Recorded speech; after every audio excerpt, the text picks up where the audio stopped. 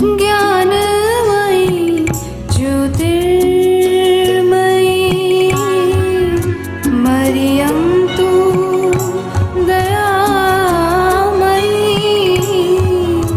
मरियं तु दयामयी मरियं तु दयामयी. Hi, I'm Gayatri Gohil. Hello children, how are you all? Okay, now tell me, how would you feel if I told you that if you knew a few things, you would never fail at anything? Wouldn't that be great? Yes? Okay Jatin, tell me, every time that you get the first rank in class, aren't your parents very proud of you? Yes? Very good. Arshiv, every time you win a dance competition, isn't everyone in your family so happy? They think that you are perfect at dancing, isn't it? And who doesn't want to be perfect? So here in chapter 1, 3 questions, we have a king who wants to be the perfect king ever. He never wants to fail at anything. So let us see what he does in order to achieve this. So here, the king once sat by himself and started thinking that I would never fail at anything if only I would know the answers to 3 questions. Now, aren't you curious to know what are these questions? Huh, Astha? Don't you want to be perfect at everything? So let us find out that what were those 3 questions that the king felt that if he knew the answers to these, he would never fail. Here, the 3 questions were, the first question, what is the right time to begin something? For example, you want to go to a picnic. So you decide, you call all your friends and you start thinking that when should we go? For example, it is summer season. Where will you go? To the beaches. You will never go to the beaches during rainy season or winter seasons, right? So even here, the king wanted to know that what is the best time to do something. The second question was, which people should he listen to? So now the king sat with himself and started thinking that who are the people who would give me the best advice? Who should I have with me to give me the wisest advice? And the third question is, what is the most important thing for him to do at any given time? What should he do so that he would never fail? So these are the 3 questions that he is seeking answers to. So in order to get the answers, he decides to announce in his kingdom that whoever comes up with the best answer will get a hefty reward. He sent messengers throughout his kingdoms, promising a large sum of money to anyone who would answer these 3 questions. Many wise men came to the king, but they all answered his questions differently. Now obviously when he announces a reward, there will be many people who would show up. So there were many wise men who came, but with different answers. Let us have a look at the answers that were given by the people of his kingdom. Here, the answer to the first question. What was the first question?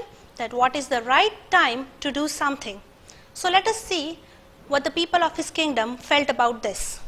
Some said the king must prepare a timetable and then follow it strictly. Don't we have timetable at school? Why do we have a timetable? So that we stick to it and perform our tasks accordingly. Similarly, many people told him that he should have a timetable and then follow it very strictly. Others said it was impossible to decide in advance the right time for doing something. So then others say that it is not possible to decide that what is the perfect time to do something. Then the king should notice everything, avoid foolish pleasure, and always do whatever seemed necessary at that time. Then many people also said that instead of wasting time here and there, he should notice what is happening in his kingdom, and according to that, he should decide what is the right time to do something. Now, some said the king needed a council of wise men to help him because it was impossible for one man to decide the right time for every action. So now some even said that if he had one person to decide that what was the right time, maybe he would not get satisfactory answer. How can one person decide the right time for everything? So the people said that you have a council of people. What are council of wise men? Council of wise men means a group of wise men that a king has to give him advice from time to time. So people said that have this council and let them decide what is the correct time to do anything.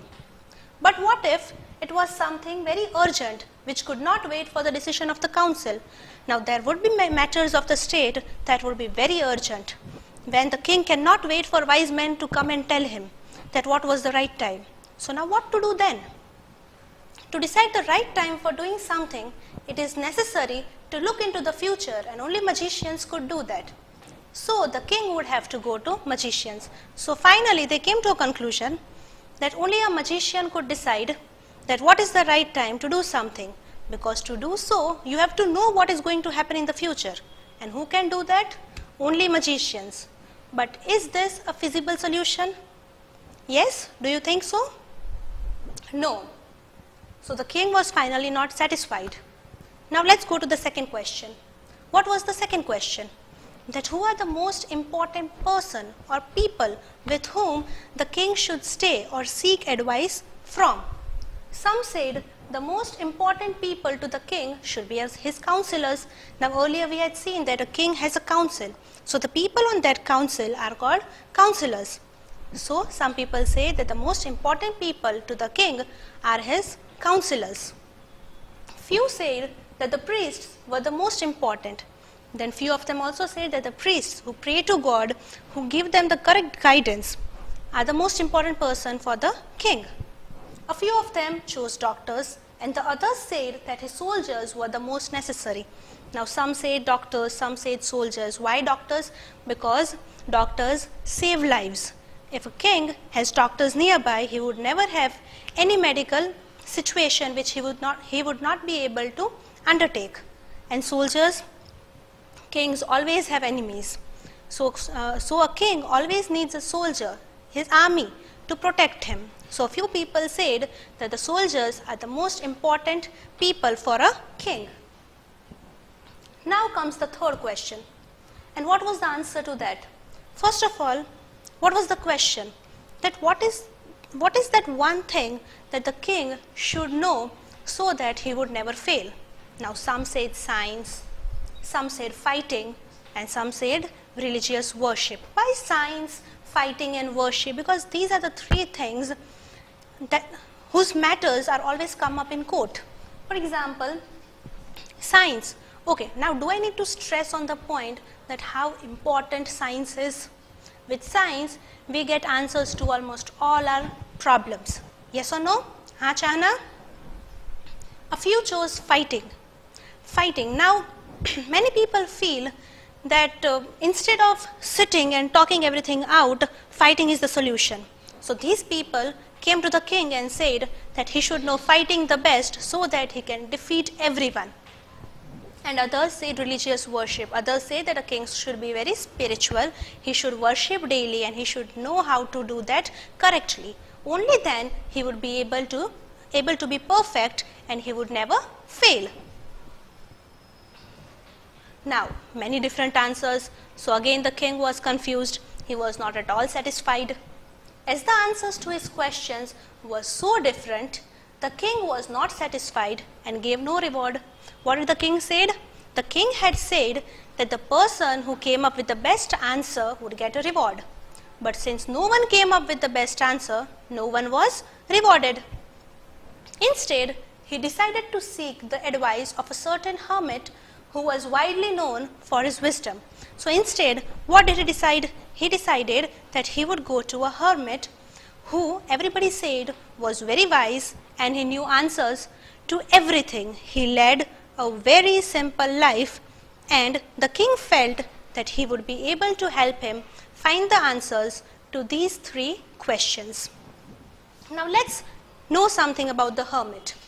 The hermit lived in a wood which he never left. He saw no one but simple people, and so the king put on ordinary clothes. Before he reached the hermit's hut, the king left his horse with his bodyguard and went on alone. So, now what kind of life did this hermit live? He lived a very simple and lonely life. He did not mingle with many people. He did not visit many people, and not many people visited him. He lived in his little hut and met only ordinary people. So now king decided that if he wanted to meet this hermit and seek his advice, he would go as an ordinary man. So he put on ordinary clothes and even asked his bodyguard to stay away.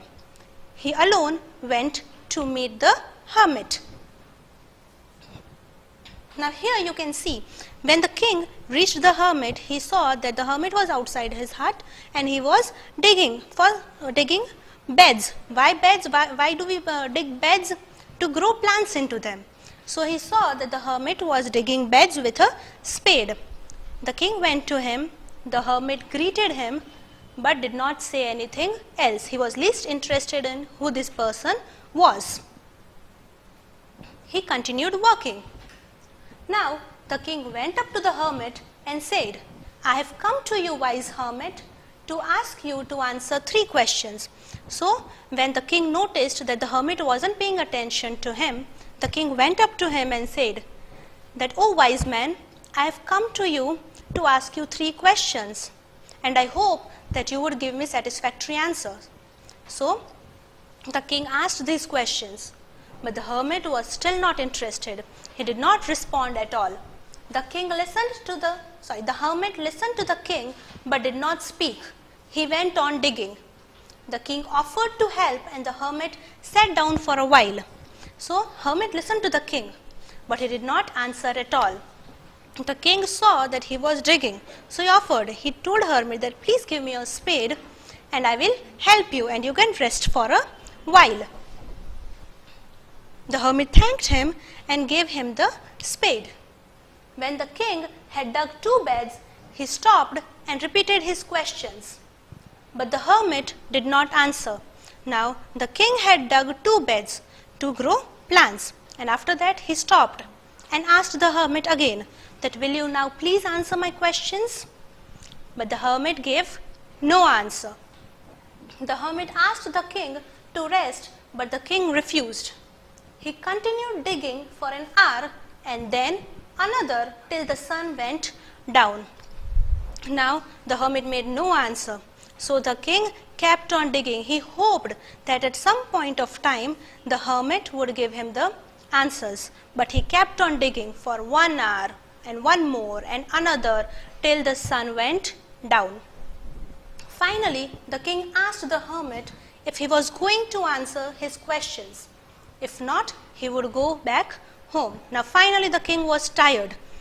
He did not want to dig anymore. So he asked the hermit very strictly, "Are you going to answer my questions or not? And if not, please tell me clearly so that I can go back home." But then suddenly, what happens suddenly? What is it that makes the king and the hermit stop doing whatever they were doing and take notice? Now this we are going to find out in our next lecture. Till then students, bye bye.